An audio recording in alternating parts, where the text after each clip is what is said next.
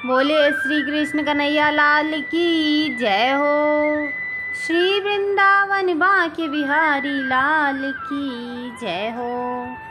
सभी भक्तों को राधे राधे। मैं वंदना आज पढ़ूंगी भगवत गीता के तीसरे अध्याय का 24वां श्लोक। चलिए शुरू करते हैं। अभी तक चैनल को सब्सक्राइब नहीं किया है तो चैनल को सब्सक्राइब कर बेल आइकन पे प्रेस करें ताकि आने वाली वीडियो की नोटिफिकेशन आपको सबसे पहले मिले। कल हमने पढ़ा था भगवत गीता का 23वां श्लोक, जिसमें लिखा हुआ है, क्योंकि यदि मैं नियत कर्मों को सावधानी पूर्वक ना करूं तो हे पार्थ, यह निश्चित है कि सारे मनुष्य मेरे पथ का ही अनुगमन करेंगे। ये श्री कृष्ण कहते हैं अर्जुन से। पढ़ेंगे हम 24वां श्लोक। उत्सीदेयुरिमे लोकान कुर्याम कर्म चेदहम सकड़रस्य च कर्ता स्यामुपहन्यामिमाः प्रजा। यदि मैं नियत कर्म ना करूं तो ये सारे लोग नष्ट हो जाएं, तब मैं अवंचित जन समुदाय वर्णशंकर को उत्पन्न करने का कारण हो जाऊंगा और इस तरह संपूर्ण प्राणियों की शांति का विनाशक बनूंगा। तात्पर्य, वर्णशंकर अवांछित जन समुदाय है जो सामान्य समाज की शांति को भंग करता है। इस सामाजिक अशांति को रोकने के लिए अनेक विधि विधान हैं जिनके द्वारा स्वतः ही जनता आध्यात्मिक प्रगति के लिए शांत तथा सुव्यवस्थित हो जाती है। जब भगवान कृष्ण अवतरित होते हैं तो स्वाभाविक है कि वे ऐसे महत्वपूर्ण कार्यों की प्रतिष्ठा तथा अनिवार्यता बनाए रखने के लिए इन विधि विधानों के अनुसार आचरण करते हैं। भगवान समस्त जीवों के पिता हैं और यदि ये जीव पथभ्रष्ट हो जाएं तो अप्रत्यक्ष रूप से यह उत्तरदायित्व उन्हीं का है।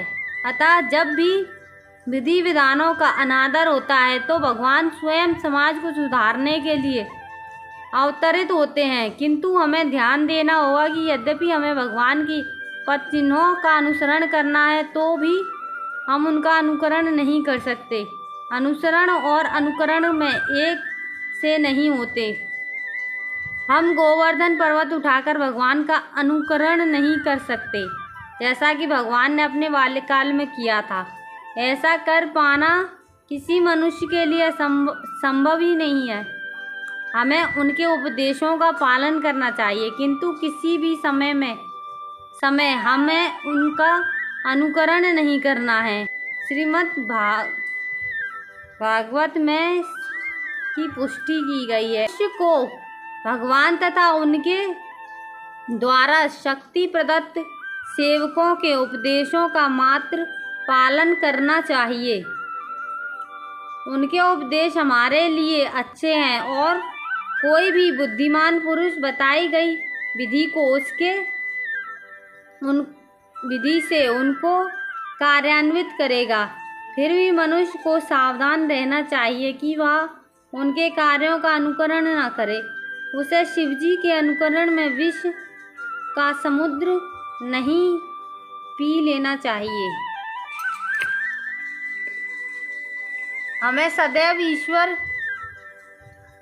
सदैव ईश्वरों की या सूर्य तथा चंद्रमा की गतियों को वास्तव में नियंत्रित कर सकने वालों की स्थिति को श्रेष्ठ मानना चाहिए। ऐसी शक्ति के बिना कोई भी सर्वशक्तिमान ईश्वर का अनुकरण नहीं कर सकता। शिवजी ने सागर तक के विष का पान कर लिया, किंतु यदि कोई सामान्य व्यक्ति विष की एक बूंद भी पीने का यत्न करेगा तो वो मर जाएगा। शिवजी के अनेक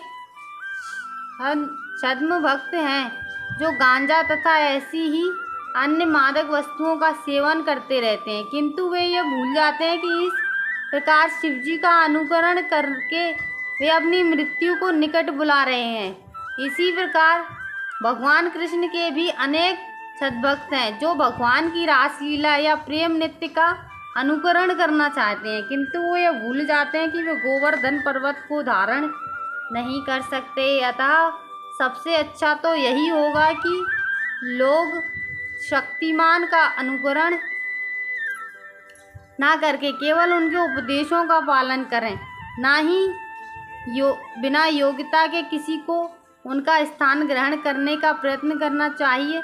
ऐसे अनेक ईश्वर के अवतार हैं जिनमें भगवान की शक्ति नहीं होती। कल पढ़ेंगे 25वां श्लोक।